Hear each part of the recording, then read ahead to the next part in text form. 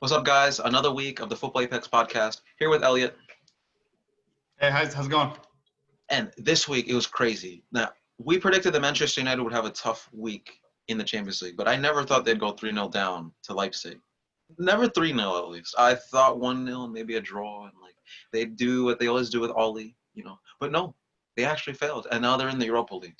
And I feel like that's a good case for number one, the Premier League fans that say that's the best league in the world. Thank you. I'm so glad you said that. And the Bundesliga rising up on its level, because people think that just because they see Bayern Munich as the winner of the league every single season, that it was like a discard, like, oh, Bayern Munich walked the league. There have been some tough seasons.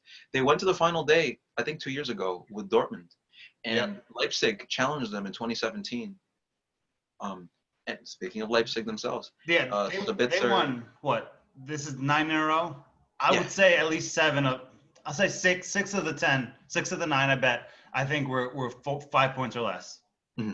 There's only been a few years where they really just kind of pushed away. Same with Juventus during their stretch. Only a few seasons they really annihilated everyone. So I think even last season. You remember, last season, Juventus only won the league by 1 point. It's insane. Now, I know that they took their foot off the gas on the final few days of the season, which let Inter close in on the gap. Yeah. For the historic books, Like, we know that the league was decided, I think, 3, 4, 5 matches before the final day. Yeah, and in real life, Lazio got second and not Inter, for example. Exactly. And thanks to Ciro Immobile, of course. But back to the main scope. Manchester United, do you think it was just like a lack of preparation, tactical cluelessness, or was this something that was always just bound to happen? Like, the Champions League is the elite competition. Yeah. First of all, I want to give Man United credit here because they deserve it.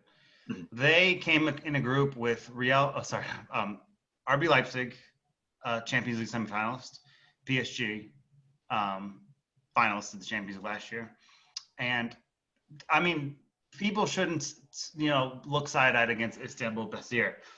They're a good team that made it the last day of the Europa League last year. They have a quality players in there. The guy I always talk about, Edin Visca, one of the best players outside of the big European teams. He's excellent. So they deserve the respect for how everything went down and how for the results they got against Man United and RB Leipzig. Against PSG and RB Leipzig. Sorry about that. But they weren't going to beat RB Leipzig. We talked about last week. After that Bayern Munich game, there was no way any team was going to stand a chance against them. And you watch it in the opening minute, and then what's his name? God, I was just writing about him a few hours ago. Haidar? Oh, Angelino. Oh, Angelino, the left back. Comes in there, smashes it in, sets up the second one. Hidara scores the second one, and then they score a third. And they had another goal that I think was incorrectly chopped off. So and then they're dead in the water. And you can say, okay, Man United came back. There were circumstances that led to both goals that I think could have gone another way. They easily could have won this 3-4-0. RB Leipzig is a real team. They're challenging the Bundesliga. They're 2 points out of the top. And top to bottom, they control the midfield.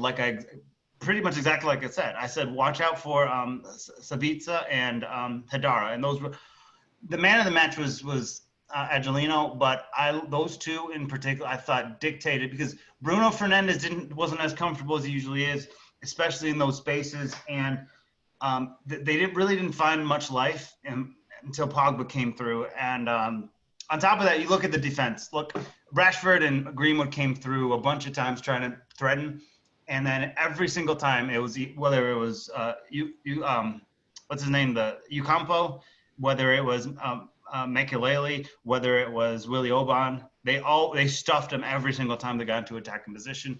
I thought Oban in particular was absolutely sensational, especially on the Rashford chance right after Leipzig had scored. Top to bottom, they defended really well. They controlled the midfield, and they pushed forward to the attack. And in my opinion, I think they kind of took their foot off the gas once they went up 3-0, and then obviously the goalkeeper made big saves down the stretch. The scoreline flattered Man United because I think it wasn't that close. I think they were significantly better. They showed their superiority, and RB Leipzig is a real team in this competition. Outside of Bayern Munich, that's one of the least teams I would like to see in the next round, because over 2 legs, this team is going to crush you every single time.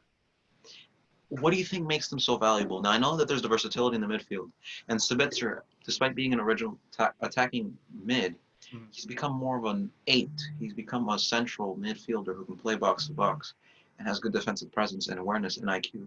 But do you think the youth of the defense and of their team as a whole is what makes them so dangerous because of the athletic advantage? Yeah, obviously, my favorite part of this team and watching them as a consumer is the midfield, obviously, because it's incredible, not just because of what they do attacking, but the defensive pressure that they have with their midfielders. Both Hadara can defend really well, and so can Sabitzer. But this is the scary thing. What the Ucampo, the how do you say his name?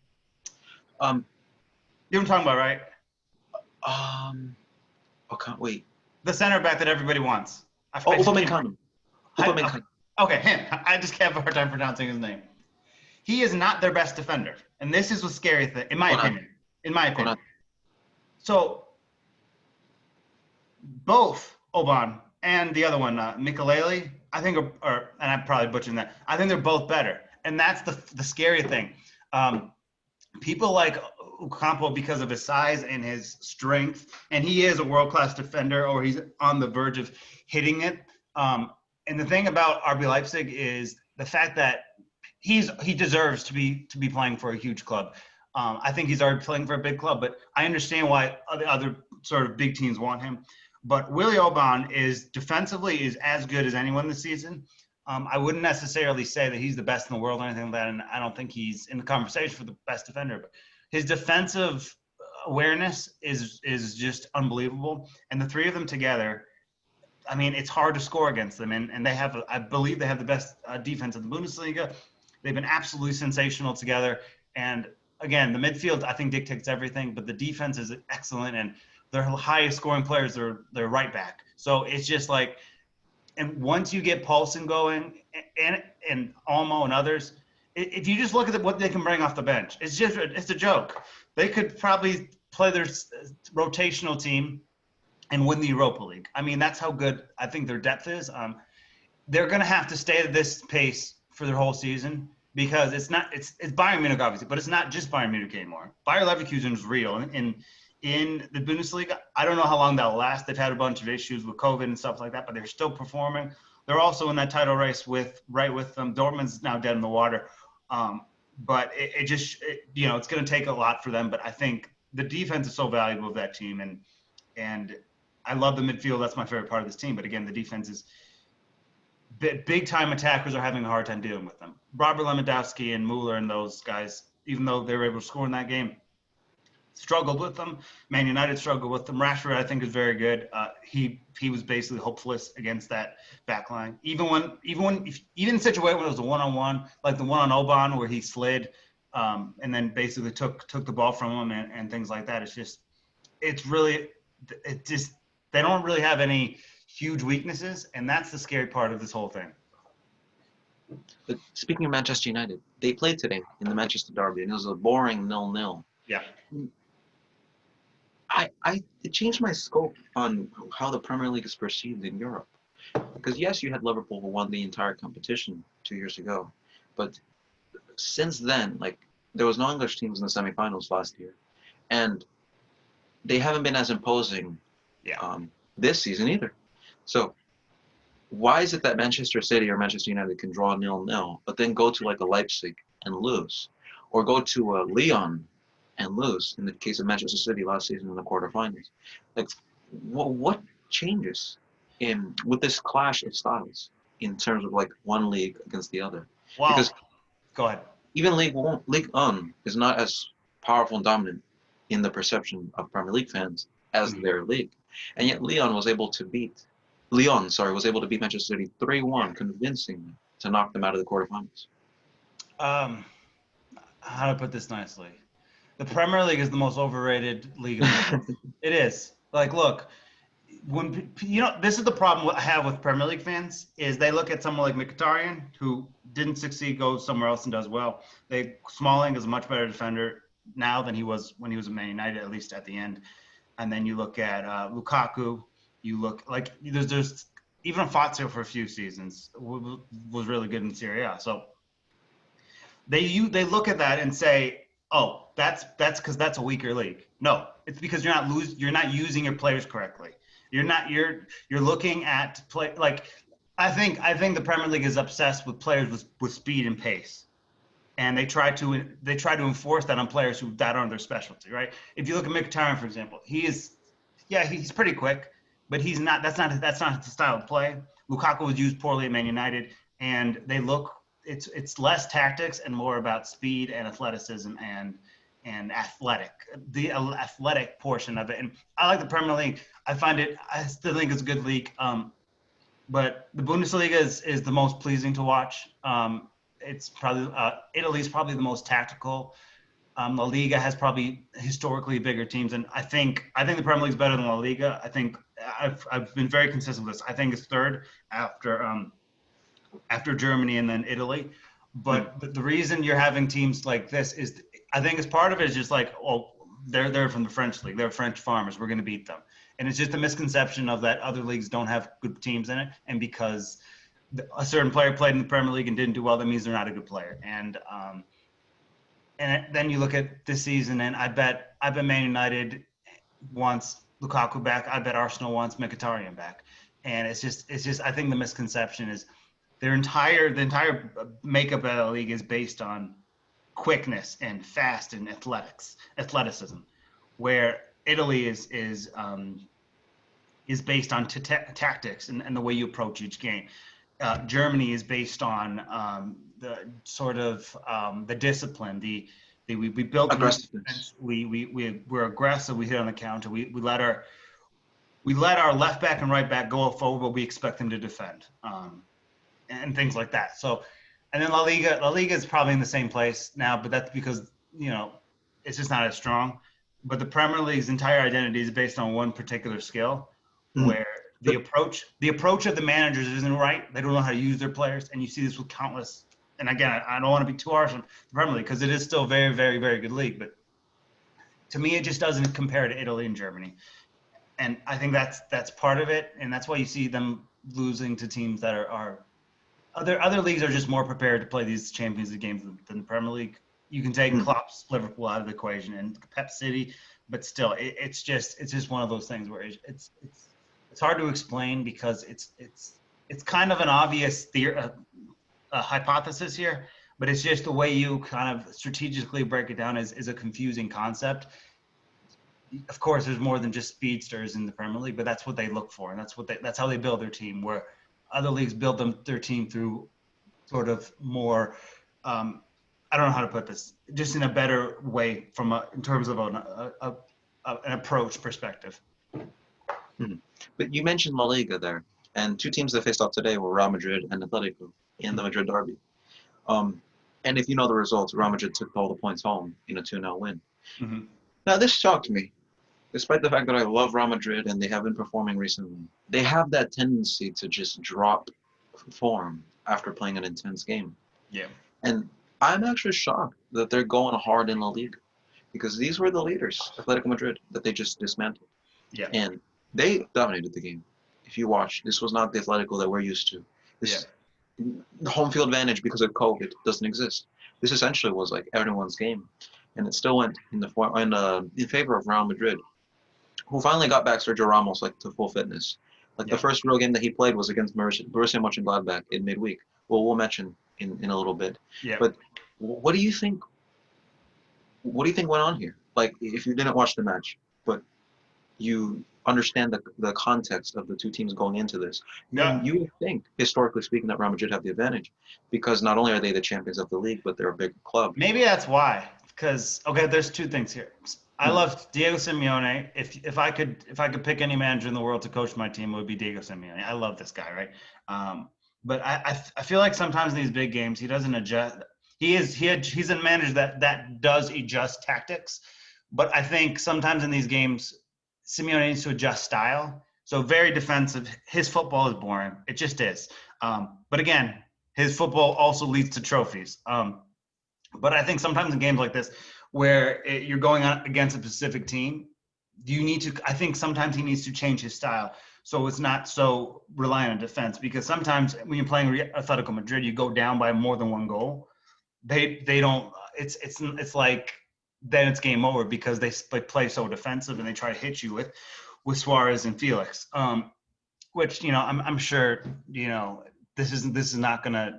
Atletico Madrid aren't all of a sudden gonna dip, but I think the approach that he has in these games sometimes isn't the right one.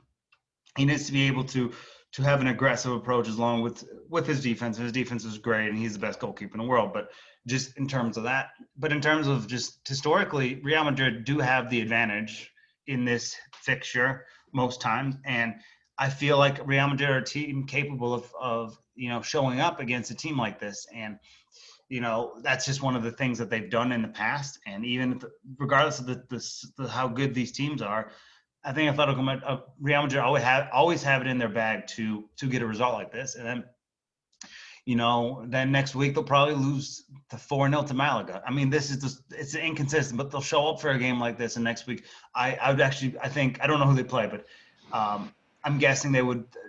They're more likely to drop a big match. Yeah. A smaller team than a bigger one, and they always show up for the big one. Ramos is obviously really important that they got him back. I don't think this team can win La Liga. No. But I do think that they always show up for a huge game. So it's much more likely they would get embarrassed to a lower team than a big team. So I think that's part of the way I see it in terms of that. I think it's mentality, because Zinedine Zidane has never lost a final with Real Madrid. And when he prepares a team for a final, I'm assuming he's got some sort of specific instructions to give them. But in the league, like even last year,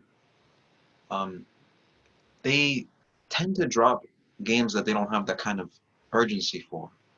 And when the Clásico comes around, like it really depends on what kind of Clásico it is, Yeah. Like, for example, if Real Madrid have no shot, then they won't treat a Clásico like final. Yeah. Last year, I believe they were tied on points when when Vinicius and Mariano scored to give Madrid the 2-0 win over Barcelona. Yeah.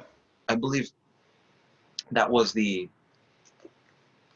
that game being a title decider, which was the first time in years that it had been felt that way in Madrid, was what pushed them to go hard and get that victory. But I don't think it's even possible. Do you think it's even reasonable to assume that every game can be a final? Like, what kind of mentality would you need for that? Like Michael Jordan, Mamba mentality, to be able to say that every game is a final? Yeah, there's not really any teams like that anymore, unfortunately. Even the Bayern team, they dropped to Union Berlin, but I mean Union have an absolutely fantastic campaign so far. But there's not a team dominant. I mean, I think Bayern are dominant compared to Europe, and I still think they're going to win the Champions League this year, and I think it's possible they can win 3 in a row. But even they are not viewing every single team like a this is our Champions League final, and it kind of makes me think of. So I'm going to bring this up just not to throw shade at Juventus, but just because this is an interesting point. Before today, they got a victory today, but Crotone had 2 points this season, right? One of them came against Juventus, and I'm not saying Crotone in specific teams that at the bottom. When a big team comes to town, they perform better than they do otherwise. And I think the only teams that have that mentality are the ones who welcome a big team to town. And the problem with those littler teams or the mid teams is they're not playing like that all the time because they don't have a big team. And I don't think anyone really has the approach of, oh, this is 2010 Barcelona or something. That mentality, obviously, differently, but. I feel like there's not teams out there who really view it and approach it like that. And there's teams with great mentality. I think Liverpool are constantly called mentality monsters, and I do agree with that statement. But I don't think what you're describing, I don't think exists in football right now, at least in European football. I mean, there are probably teams in South America who have it. Maybe there's some teams in other places. In Europe, there's not like a big team that's really approaching games that way. So I think, it takes a special type of team for that to click and that to work. You need the coach, you need the right you need great players, but you need the right players that fit. That sort of feed off one another. And I don't think there's a team out there that does what you're basically describing right now. Like historically speaking, like what's an example? I'm thinking the 2015 Football Club Barcelona or the 2013 Bayern Munich, maybe the 2008 Manchester United. Do you think those teams like fit that mentality where like every game they played was to win, like a final? 2013 Bayern, I'll give you that one. 2010, I don't think 2015 Barcelona. I think 2010 Barcelona was more like that. Even though Okay. 15 had Suarez, Neymar, and Messi, I don't think necessarily they viewed they were gonna like they viewed every time as a final because I felt like they as collectively felt that they had the best team in the world, so Mhm. they didn't need to put pressure on themselves to say this is not the final. So Mhm. probably Bayern Munich, Man United 08, maybe. It's really hard. You have to kind of go back. Um, I would say actually, if we're just thinking team, I would say Capello's Milan was like that, where they would give. I mean, to do what he did with that team, at least domestically, is incredible. But what Capello did with that team, and they would the first season I think he was there, they went unbeaten, and you have to have that mentality, like okay, even if it's Pescara on a Wednesday afternoon, in Italy, you had to pretend they're Barcelona because that's how those teams. So the Capello's Milan, then you have 2013 Bayern, and then I would say 2010, 2010 Barcelona, and then I don't think Man United quite had it. They had it in the Champions League more so than the league, but across all competitions, I felt they were more like that in the again, it's one of those things. You had the best team, you should win. So I view those things was like we don't have the superstars and you just have a complete team that goes after it. Teams like that more so sort of approach that way of thinking about okay, it doesn't matter who we're playing, they're the best team in the world, we have to beat them. At least that's the mentality they have to sort of get to that level. Hmm. And hey, let's apply it to now. If Bayern Munich doesn't fit the mold and they do lose and drop the game once in a while, do you Mhm. still reckon they're the best team in the world right now? Yeah, I think they're best. Look, I think they're the best team in the world by far. I think Yeah. their defensive issues is a real problem, but they're just too good not for that to be a consistent issue. I think, look, I think Benjamin Pavard should be playing every game. That's their solution because I think it's very hard to find a defender, and he is playing, but I feel like he's rotated out too much, just in my opinion. That's the only negative thing I have to say about Hans Flick at this point.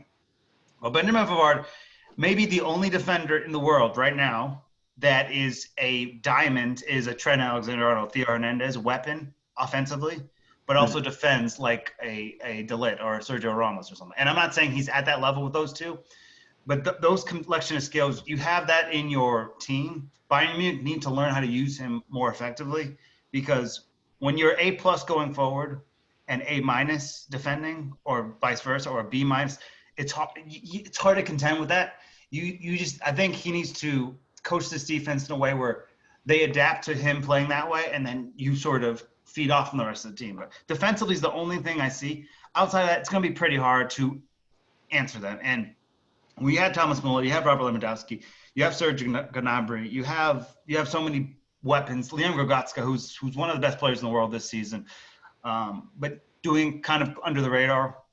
They're just loaded top to bottom. So I even think it's possible they could lose the Bundesliga. But I'm much more. I feel much more confidence over a two-leg situation in the Champions League that they're going to win. That they'll win everything, and they could win the treble again. Bayern will probably win the league again, but I just think there's a lot of good teams in Germany, and they are in the best league in the world. So you never know. But in the Champions League, like I was thinking about this the other day, what type of team beats them? And that's over two legs. And my thought was Man City maybe, Atletico Madrid maybe, maybe an RB Leipzig on a good day can get them over two legs just because they know they play Bayern more frequently than sort of some of these other teams. But I think they're pretty flawless. A little tightening up in the defense and approaching the defensive way of coaching a little bit.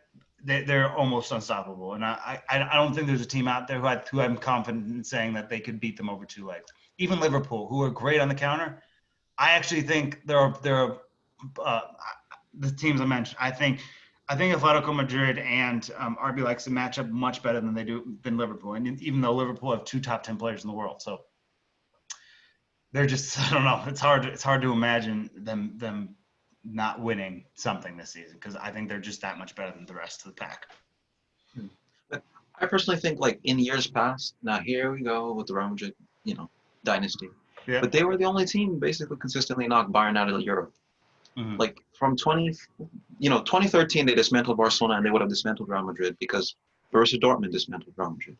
Yeah. And Bayern beat Dortmund. So, in the food chain of football hierarchy, Bayern were the best team in the world. Yep. In 2014, a slightly changed squad with the introduction of Pep Guardiola and then the introduction of Gareth Bale, and that's pretty much it at Real Madrid, was all it needed to switch the pendulum of dominance to Real Madrid's favor.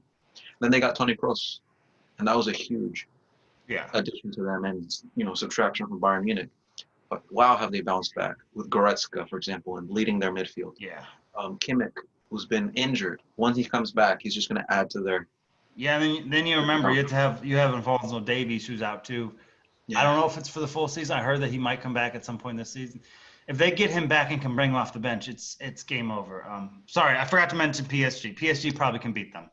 Over 2 legs. They should have. Over 2 legs. Here's the thing. Over 2 legs, I'm confident in saying that if PSG turn up, and they're historical chokers, but they got Neymar, they got Mbappe, they got Di Maria, they have enough, and then Moise Kean is playing really well. So over 2 legs, I think PSG has the best chance of beating Bayern Munich. I kind of feel like we're heading for the same finals we saw last season, just because last year they probably should have won the Champions League. I think Bayern deserved to win. Don't get me wrong, but on that night, PSG were the better team. Neymar was the best player, and if Neymar was slightly more selfish, maybe they would have won because he set up, as you know, several teammates 4, 5, 6 times to win the game, and they just underperformed. And then Kingsley Coman gets a header in the back post, and it's game over. And then they even had, at the way end, PSG had another chance to bring it even, and they couldn't.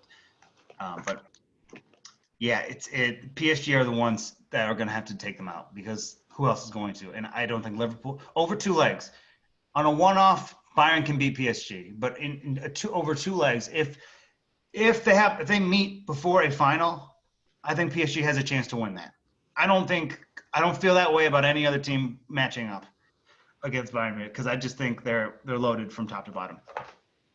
I agree with that, and I don't know if PSG were on track to the treble last year, but this could have finally been the Neymar Ballon d'Or. Yeah, he should. Real quick, Neymar should. If he was completely healthy his first year at PSG, he should have won the Ballon d'Or because he would have beaten Real Madrid.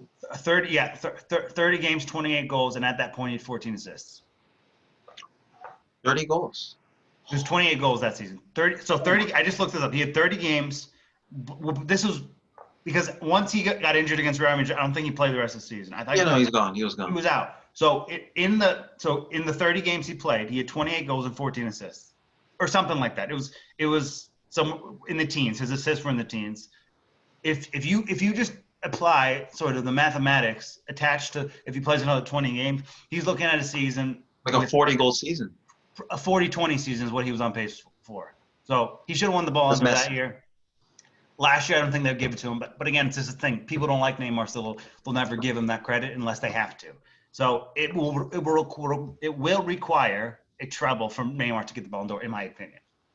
Because I think because he's not perceived well by most media members, we love him. There's not a player I love watching more. But he's not perceived in a positive way by a lot of people. So because of that, I think he would have to win everything to honestly not deserve the Ballon d'Or because he's deserved it more than twice. Yeah. But to really apply that same sort of process to him winning it, he would have to win the Champions League, and he would have to I don't know. It's just people don't have a good relationship with Neymar in the media and things like that. So I would have to take a lot for him to override everything, and it would have to be like a great performance in the Champions League and winning everything. It's unfair to keep him to those standards, but that's what I think what would require. But again, Would if we did the Ballon d'Or this year, Neymar probably would be my second choice. I think Lewandowski's done enough. Maybe so. We can talk about this, but like the UEFA Player of the Year thing that came out with it was Messi, Ronaldo, and Lewandowski. Messi, Ronaldo, Lewandowski.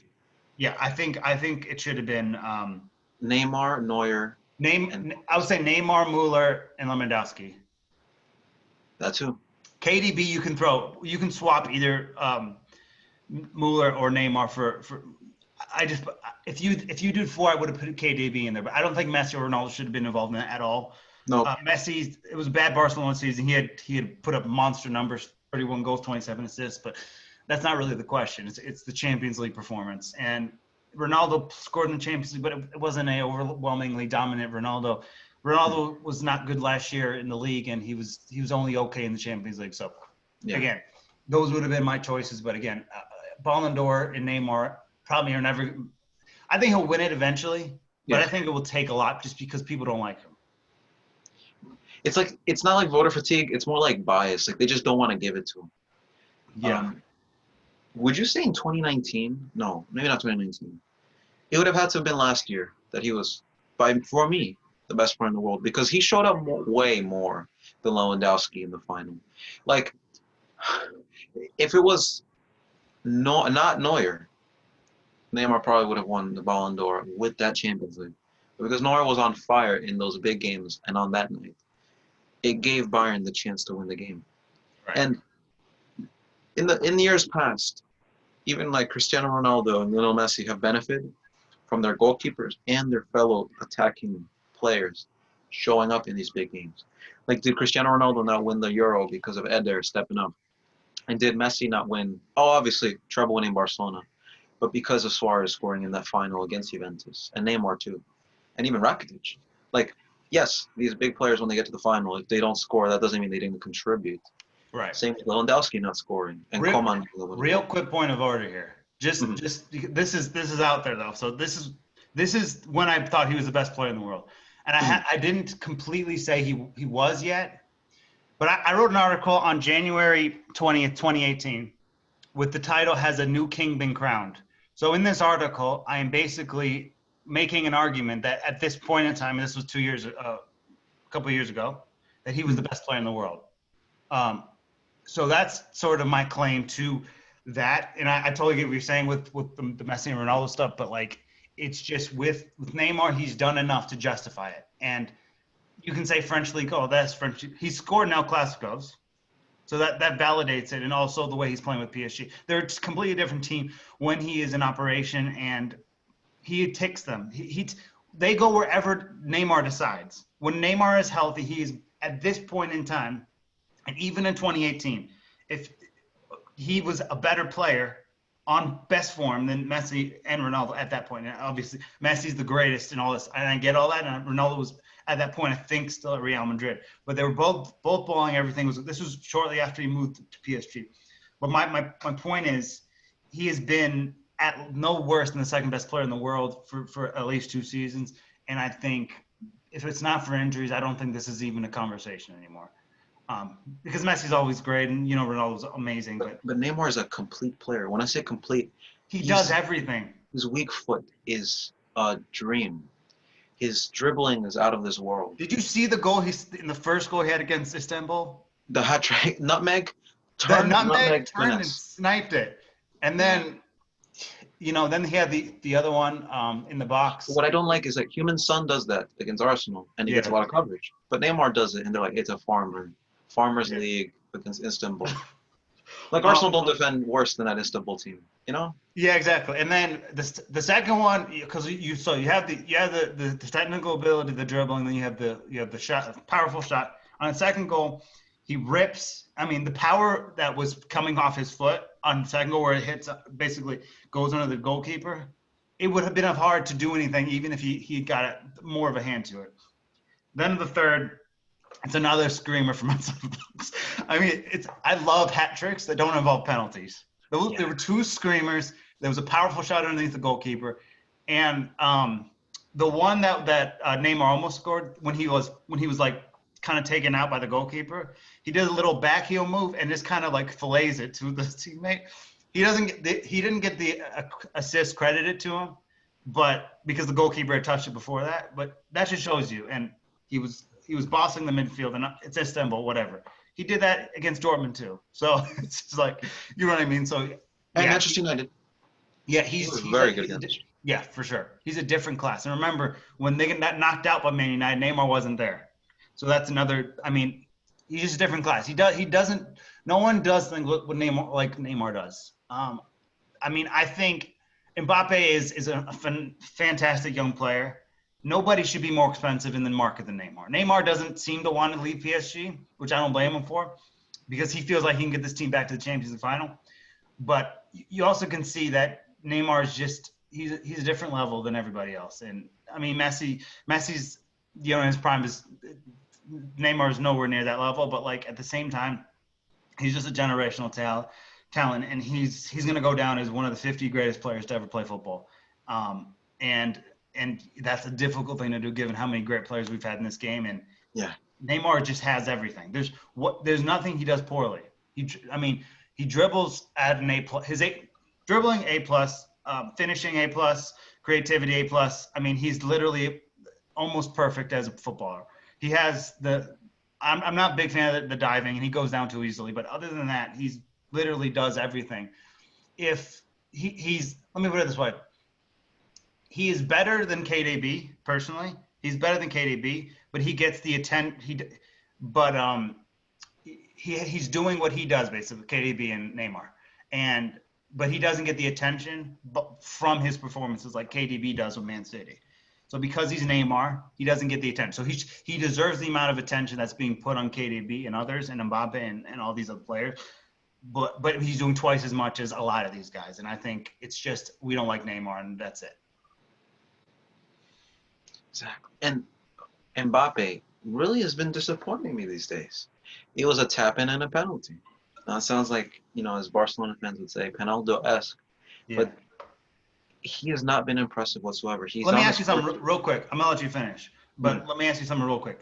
When was the last time that Killian Mbappe changed a Champions League game at any stage?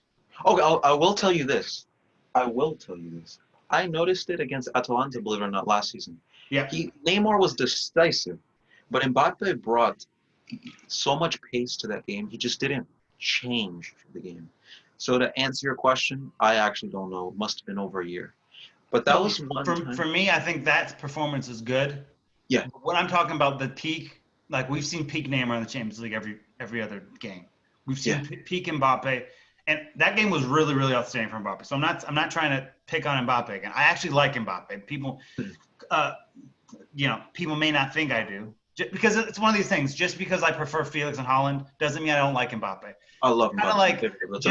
Just because I think McKinney is heads and tails above the rest of the U.S. prospects doesn't mean I don't like Pulisic. You know what I mean? Right. So I just want to make that clear. But if you take that Atalanta performance out, you have to almost go back to Monaco days. Yeah. And that's the problem I have with him is he's not getting his consistency in the Champions League isn't getting better. It's kind of lagging off a little bit. And I think he's fantastic. And if he maintains his pace, he's electric. But he hasn't had that moment in the Champions League where you say, PSG won that game because of Mbappe. Where last season in the knockout stage alone, they won 3 of their last 4 games in the knockout stage because of Neymar. Not necessarily scoring. And I know Di Maria got all the praise and acclaim in the RB Leipzig game. I thought Neymar was the best in that game. Neymar rescues PSG against Atalanta. He should have made that first strike on the 1-on-1. He got ripped for this other miss, but that was on a card. He didn't make his run soon enough. But then he made up for it in the last couple minutes where he didn't get the assist, but he orchestrated sort of how they got the 2 goals.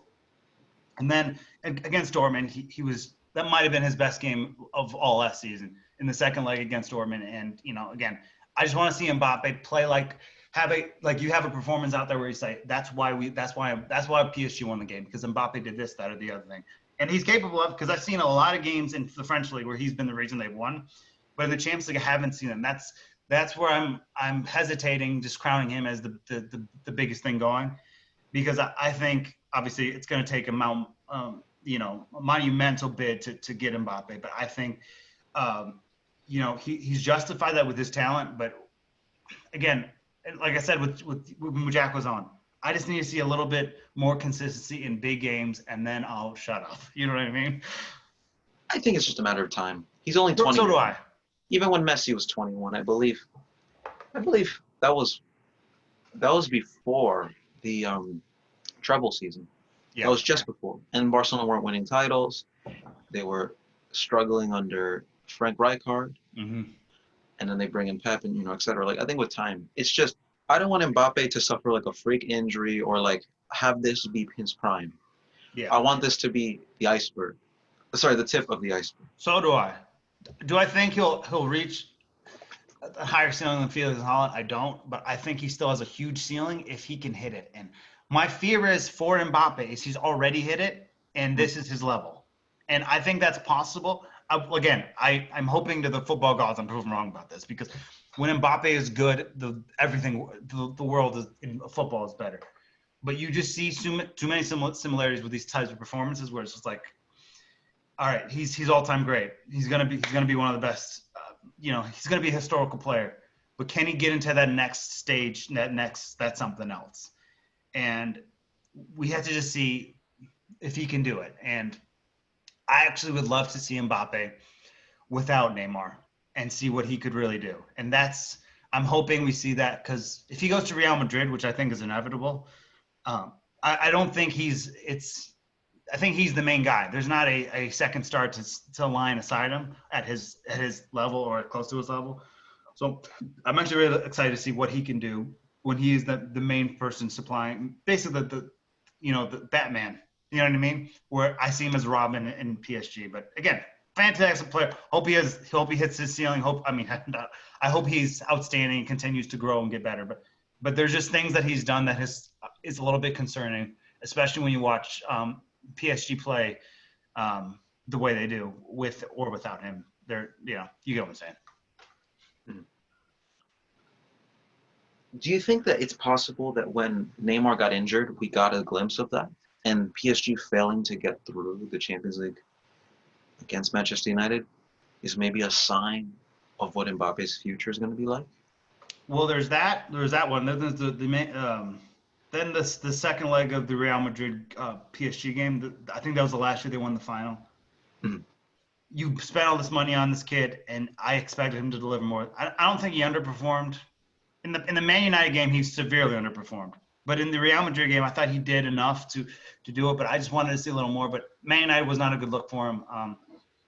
But then again, there are performances where you're just blown away how good this guy is. And he's so young and so good and all these things. And he deserves a lot of credit. And when I talk about Mbappe, when I talk about the ceiling, I'm not saying that that Haaland or Felix are better than Mbappe. What I'm saying is Mbappe has the ceiling of Felix and Haaland, I think, is a little higher. But right now, clearly, Mbappe is better than those two, without question, no debate. Yeah. So when I talk about these things, I'm not trying to drag him down. I'm just saying the ceiling. I see a higher ceiling with those two than him. But again, I think I still think he has potential to get into the next gear. But because with Messi, Ronaldo, Zlatan, Neymar, some of these games they have that little something else. It's not like it's an intangible element. You can't describe what it is. You just know when you see it. Mm-hmm. And we just haven't seen it from him yet. But again, he's still a top 10 player in the world, and he's still fantastic. And I think a Real Madrid move is going to be exactly what he needs. I would not advise him going somewhere where there's already a loaded star. I would go to a place where he can be the reason some Real Madrid wins. And I hope he gets that Real Madrid move because it's what he's always wanted. Yeah. So I would advise him going to a Liverpool or something like that, because I think we need to see him on his own stage.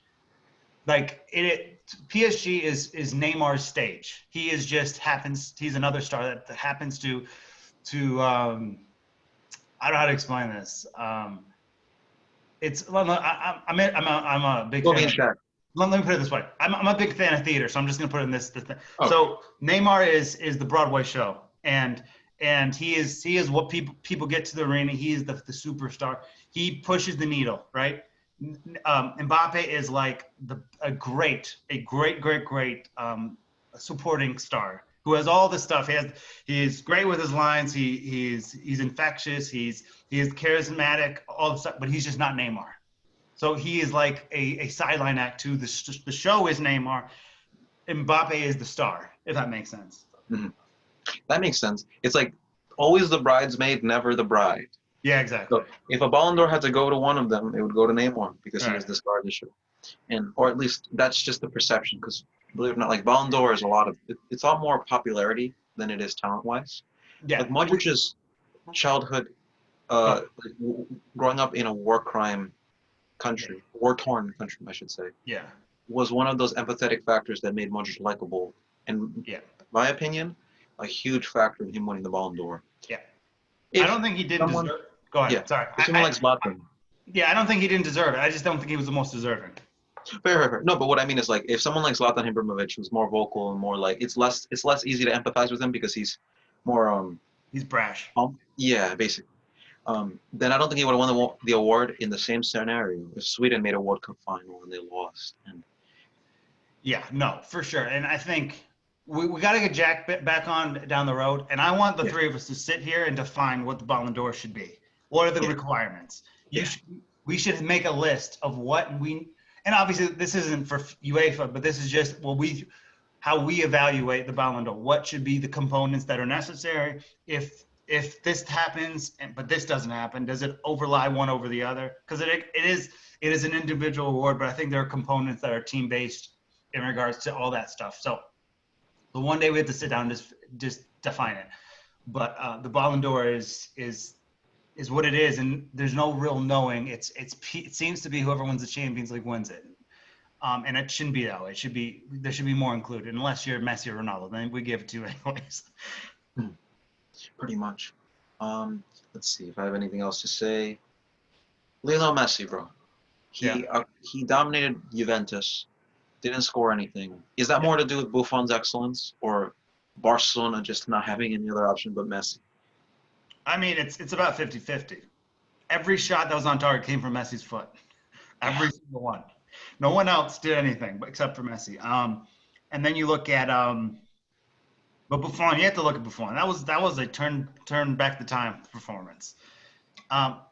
He is the greatest goalkeeper to ever exist, in my opinion. I personally don't. I respect the other ones in this conversation. I don't think there is a conversation. And you can look at the longevity. You can look at what he's done as a youngster. That looked like 25-year-old Buffon. That didn't look like 42. And what I said, I wrote an article about his performance yesterday. And my biggest point about that is his cinematic farewell performance. He's never going to play like that ever again. That was last. He gave everything he had on that, and I don't know if he'll retire or whatever, but I mean, it's almost like it was like a mic drop moment where he performed to that level, and then it's like over sort of all this stuff, and then it's just like that was it. It was like he just left. Kobe's 60-point night. Yeah, it's kind of like that. And the thing is, because he's a backup, I don't know if he'll play again this season.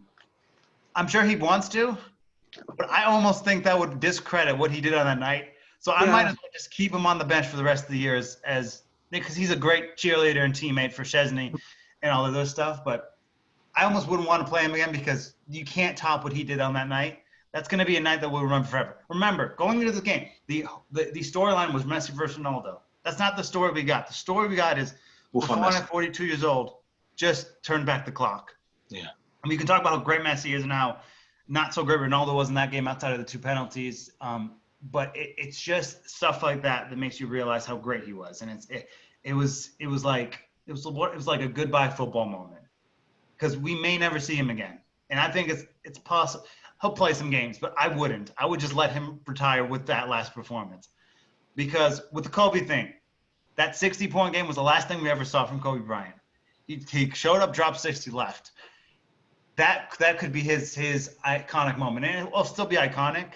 But if he plays again, it will not be the last time we saw him. And I don't think he can pull that outside his bag one more time. I think that was all the essence of football he had left in his career, and he did that all and said, Messi, let's go. And he was able to do it against the best player we ever of all time. I know you and I probably are agreeing that Neymar is now the best player in the world, but that was the greatest. He just went up against the greatest player to ever exist. He took 8 shots at him, and he saved everything. And they weren't all like they weren't all crazy saves. Some of them were routine, but some of them were just out of this world. So especially the free kick one.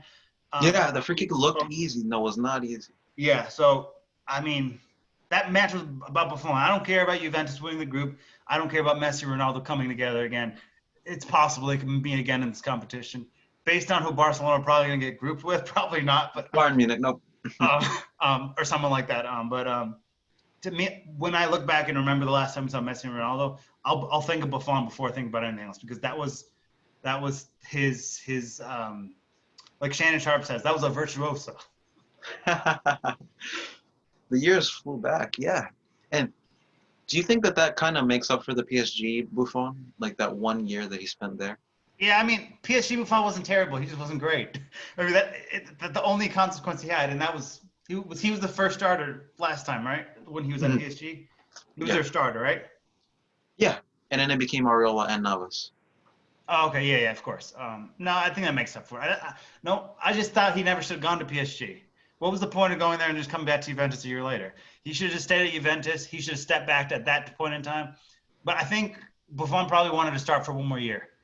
But yeah, I don't think it's just like you're not going to remember these weird teams that sometimes people play for. Just like Ian Wright played for West Ham at one point. But no one remembers that because it was about what he did at Arsenal, for example. So there's always some weird team that you play for. When you think of Pep as a player, you think of Barcelona. You're not thinking, Stuttgart. You're not thinking about Brescia and Roma. I mean, after that. So it's just like that with every player. There's always one of these weird teams. We think about De Rossi. It's about Roma. It's not about Boca Juniors. Boca Juniors. And same with Gerrard, Liverpool, LA Galaxy. So it's just like it's just that stuff. It's just so I don't think that season is ever going to be like it's almost going to be erased from history because people will never just when we talk about Buffon, it's not going to be about that. It's going to be about 06 and the years at Juventus and Parma. No one's going to mention what happened at PSG because it's not relevant to the story. It's when you're looking up what he did in his career, it's a part of this stuff. But when you're telling the story of Gigi Buffon, that's not a part of his sort of the story that was told about, in my opinion, the greatest goalkeeper to ever exist. That's fair. What would be your top 3? Not to put you on the spot. Goalkeepers? Yeah. Buffon, Oliver Kahn. Yep, that's my favorite. The third one is always really difficult. Because would you go all the way back to Yashin, or would you keep it like Neuer? The thing is, unless I know a lot about a certain player, I have a hard time ranking them in the top 3. Mm-hmm. So I didn't see Yashin. I know about him. Obviously, I know some of the history, but I don't know his. Like for example, you know how much I love Puskás. I know his entire story, his history. So I have no reservations about having Puskás in my top 6 or whatever, because I know his story and I saw him play a little bit, not live obviously, but on YouTube. I've seen highlights of him and he was great, but I also didn't see him and I don't know his story as well as other people in that era. So I have a hard time. He's in my top 5 just out of respect, but Neuer, I think of Neuer, I think of Peter Schmeichel, I think of David Seaman, who was really good for Arsenal. I don't know. That's a really hard one because, I'd probably say Peter Schmeichel. But goalkeepers are always difficult to sort of. I want to say Casillas because I liked him so much, but I don't think he's in the top 3. You could go in a million directions. And this is what I mean when I say Buffon is ahead of everyone else. Because when I think Buffon, I think of Kahn, and then I have a hard time pointing out who would beat those two. Yeah. Yeah, there's not really an argument. Like I was talking about Ryan, who was on the show before. I was talking to him about Weston McKennie and the U.S. sort of progression. And my point was when I was talking to him, I said basically, it's now become almost impossible to make an argument against him as the best U.S. player. Not to say, that they aren't in his league or anything like that, but it's like if you imagine trying to make an argument currently for a Tyler Adams or Christian Pulisic, that trying to make an argument that he's better than Weston, or in this case, trying to make an argument for Peter Schmeichel or Neuer being better than Buffon. If you can't make the argument, then it's not factual because we all have opinions, but that part is probably there's factors in sort of that, and if you can't make that argument, then it means he's probably the best, and it's probably sort of above where you can make it. So, yeah, that's probably my three. But again, I'd have to think about it. My top two are very clear. After that, I just sort of pick one out of the lot. Yeah, that's fair. But Monday is the Champions League draw, and I just can't wait to see who Barcelona get. Did you see the options? It's, I believe, Bayern Munich. No, I know. It's Bayern Munich, Dortmund, Chelsea, Liverpool, Man City. Any of those teams beat and them. Chelsea. Those are the only six. Those teams beat Barcelona. All of the only one they can maybe the only team they could maybe beat is Chelsea. They should be praying that they get Chelsea, because if they don't get Chelsea, they're going home, and it's going to be an embarrassment fashion too. Because it's round of 16. Yeah. And it's a two-legged tie. And Barcelona are not a force at home anymore, as we just learned. And Dortmund may be not in the good place right now, but at the same time, I still think they could beat them easily. And Dortmund is no longer in the Bundesliga title race. Which means that'll clear up some space for them. Focus more on the Champions League. I bet they don't want Dortmund. I bet they're hoping it's not Bayern though. Because after what happened in one game, imagine, I think they would wreck them almost, maybe not as bad as that, but I think they could beat them 12-2 on aggregate or something like that. Man City, it's hard to see a situation where they beat. Maybe they could beat Chelsea, but I think Chelsea would even beat them at this point. I think that's the thing. I think Chelsea, based on how they bounced back in the league, could beat them. Yeah. I don't know if Napoli are one of the teams that they could face. No, Napoli win their group. They're in the Europa League. Napoli went to the Europa League? No, they weren't in the Champions League this year. Oh, my bad. I was thinking of some other Italian team. It was Juventus, Lazio. Juventus, Lazio, Atalanta. Those are the three. But Lazio finished second in the group. So. And then Inter,